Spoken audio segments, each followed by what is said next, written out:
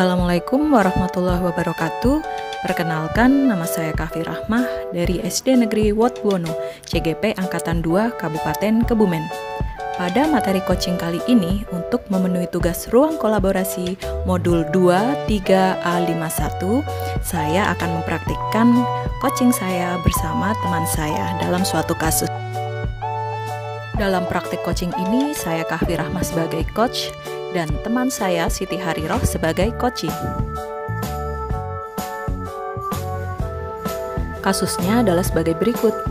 Rekan saya, Bu Riroh, bercerita jika ia baru saja mendapat teguran dari kepala sekolah yang menerima laporan dari pengawas sekolah yang melakukan supervisi saat ia mengajar. Pengawas sekolah tersebut tampak keberatan ketika Bu Riroh mengajar tanpa buku teks. Bu Riroh mengajar dengan memanfaatkan sumber-sumber belajar lainnya. Ketika diingatkan pengawas tersebut, Bu Riroh menyampaikan jika ia tetap mengacu pada kurikulum walaupun tanpa menggunakan buku teks. Bagaimana saya sebagai coach menyikapi permasalahan Bu Riroh? Baik, kita simak praktik coaching berikut ini. Izin teman-teman, saya untuk kasus kita ini, saya sebagai coach, kemudian Mbak Riroh sebagai coachee, dan Mbak Isti sebagai pengamat. Selamat siang Bu Riroh, kok tampaknya murung, sedang tidak sehat atau sedang ada masalah ya? Selamat siang Bu Kahfi, iya ini Bu, saya sedang ada masalah. Kalau boleh tahu ada masalah apa ya Bu Riroh? Mungkin saya bisa bantu. Jadi begini, kemarin itu saya kan di supervisi, sama pengawas. Nah itu saya mendapat teguran tadi dari UKS, katanya kemarin pas saya di supervisi sama pengawas, saya itu tidak menggunakan buku teks waktu saya ngajar. Iya, terus? Berarti Bu pengawas itu merasa perlu ya untuk menggunakan buku teks seperti itu maksudnya? Tadi saya ditegur sama Bu Kepala. Oh begitu, berarti Bu pengawas itu menghendaki buku teks itu tetap digunakan ya. Mungkin menurut Bu pengawas itu buku teks itu sudah sesuai dengan yang ditetapkan oleh pemerintah sebagai sumber belajar dalam kurikulum 13. Seperti itu yang dimaksud ya, Bu Riroh? Iya, Bu. Nah, menurut Bu Riroh, kira-kira nanti dari diskusi kita ini apa ya yang ingin dicapai oleh Bu Riroh? Mungkin saya dapat meluruskan kesalahpahaman ini ke Bu KS karena saya nggak memakai buku teks waktu saya ngajar, Bu. Iya.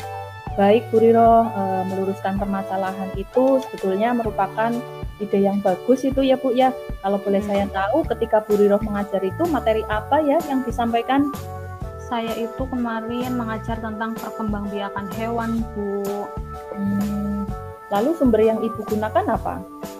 Saya itu pakai video, saya ngambil video di YouTube, kemudian saya juga menyediakan gambar-gambar supaya anak lebih paham.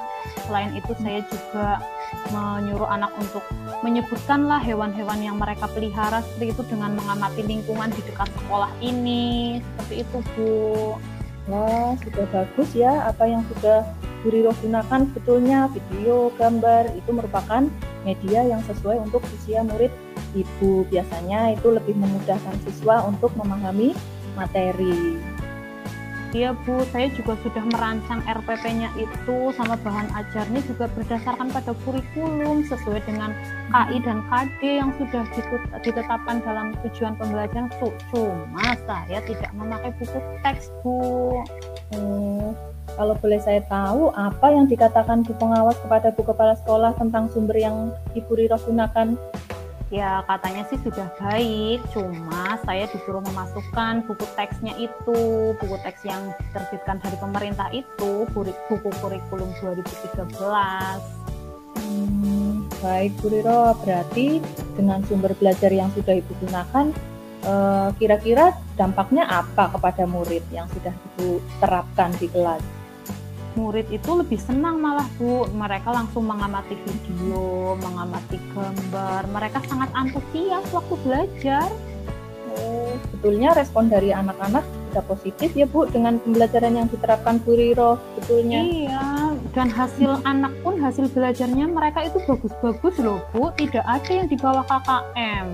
Oh baik, berarti dalam hal ini Bu Riro sebetulnya sudah mengupayakan ya cara memilih sumber belajar yang dapat membantu siswa memahami materi. Mungkin dalam hal ini Bu Pengawas punya idealisme sendiri sehingga menuntut guru untuk menggunakan buku teks sebagai salah satu sumber belajar. Seperti itu ya Bu Riro ya? Iya, Bu PS itu menghendaki kalau saya itu tetap memakai buku teks yang dari pemerintah. Baik. Kira-kira apa yang ada di pikiran Bu Riro untuk bisa meyakinkan Bu Pengawas bahwa Bu Riro itu sudah melakukan langkah yang benar dalam menerapkan pembelajaran untuk murid Bu Riro meskipun tidak menggunakan buku teks? Ya, saya ingin menunjukkan kalau dengan media atau sumber bahan yang saya pilih, anak-anak juga nyatanya lebih senang, mereka menikmati pembelajaran dengan senang, walaupun tidak mengandalkan buku teks, karena biasanya anak kan ya adalah yang bosan dengan membaca buku, mereka bisa langsung melihat langsung video, seperti itu. Itu sebetulnya ide yang bagus ya Bu ya. Ada lagi nggak yang Ibu pikirkan untuk bisa meyakinkan Bu Pengawas? Mungkin saya akan merubah sumber belajarnya apa ya Bu? Saya gunakan buku teks aja Pak, nggak usah pakai video. Kalau seperti itu, kira-kira bagaimana ya respon muridnya nanti kalau hanya dengan menggunakan buku teks? Iya, biasanya anak itu bosan sih Bu kalau disuruh lihat buku aja kan ya. Lihatnya itu aja. Oh, itu apa yang dipikirkan oleh Ibu? Kira-kira ada solusi lain tidak? Yang mungkin dipadukan apa ya Bu? Jadi saya tetap mengajar pakai buku teks. Nah, buku teksnya saya masukkan di sumber belajar. Terus juga videonya dan gambar-gambarnya sebagai pelengkap. Gimana Bu? Itu ide bagus itu Bu Riro. Sekarang saya ingin tanya, dari beberapa hal yang Ibu pikirkan tadi tentang solusi-solusi tadi, menurut Bu Riro mana yang terbaik untuk dilakukan untuk meyakinkan Bu Pengawas? Ya mungkin seperti itu ya Bu, tadi saya tetap memakai buku teks. Nah karena itu kan buku yang dianjurkan dari pemerintah ya Bu. Terus selain itu saya juga memakai sumber lain seperti media video dan gambar. Jadi seperti itu apa ya Bu? Oh iya. Jadi biar lebih bervariatif, biar anak itu senang, tidak bosan. Iya, menurut saya juga itu bagus ya Bu Riro ya, dengan menggunakan buku teks, maka sudah sesuai dengan anjuran pemerintah dan yang dikehendaki oleh Bu Pengawas. Kemudian dengan ditambah mengembangkan menggunakan sumber belajar yang lain yang lebih variatif, itu juga nanti akan mendukung pembelajaran siswa yang lebih aktif lagi. Baik Bu Riro, saya yakin Bu Riro sudah mantap ya dengan keputusan yang Ibu ambil untuk meluruskan permasalahan yang Ibu alami. Kira-kira apa yang Ibu perlukan untuk meluruskan permasalahan ini? Mungkin saya butuh dukungan dari Bu Kepala Sekolah mungkin Bu. Kira-kira dukungan dari Ibu Kepala Sekolah itu yang seperti apa yang Ibu inginkan? Ya, mungkin saya butuh dukungan untuk menguatkan pendapat saya tadi Bu, agar saya bisa menggunakan sumber belajar selain buku teks. Baik Bu Riro, nah apa yang sudah Bu Riro pikirkan dan putuskan untuk menyelesaikan permasalahan Ibu, menurut saya sudah bagus ya dan tepat ya.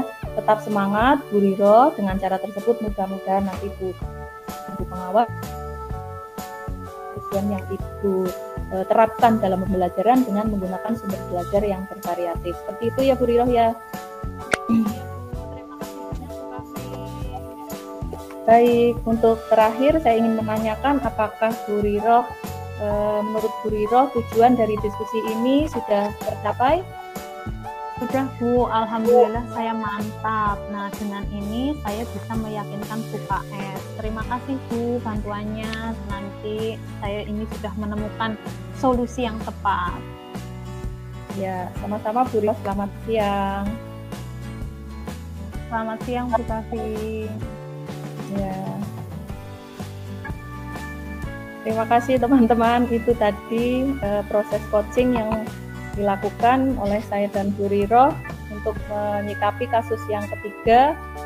Mohon tanggapan maupun masukannya dari teman-teman yang lain. Silakan, monggo siapa dulu?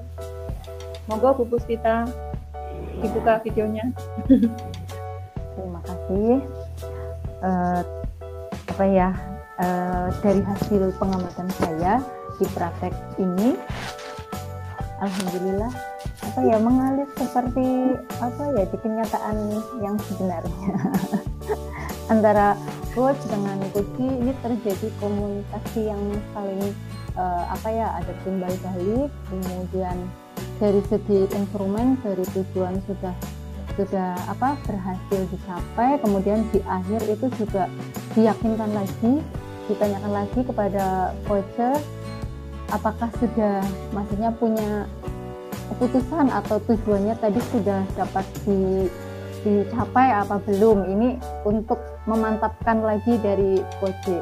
Kemudian di sini dalam memetakan realita dengan pertanyaan-pertanyaan, teknik bertanya terbuka, kemudian merespon, itu sudah sangat baik sehingga coach ini tidak sungkan dalam menyampaikan permasalahan yang terjadi, mengalir begitu saja, kemudian tergali potensi-potensinya sehingga ada opsi-opsi untuk pengambilan keputusan yang terbaik, sehingga dari coach sendiri ini akhirnya punya gambaran keputusan apa yang terbaik yang dapat ia ambil dari praktek coaching ini, dari kegiatan coaching ini.